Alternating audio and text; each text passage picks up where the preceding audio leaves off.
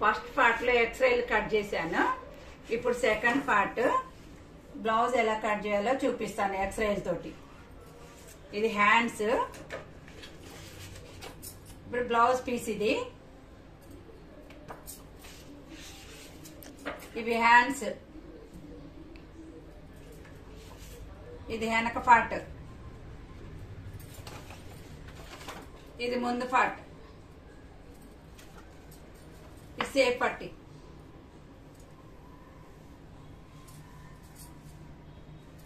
దీని ప్రకారం మనం ఎక్కడికి టిక్కులు పెట్టుకోవాలి.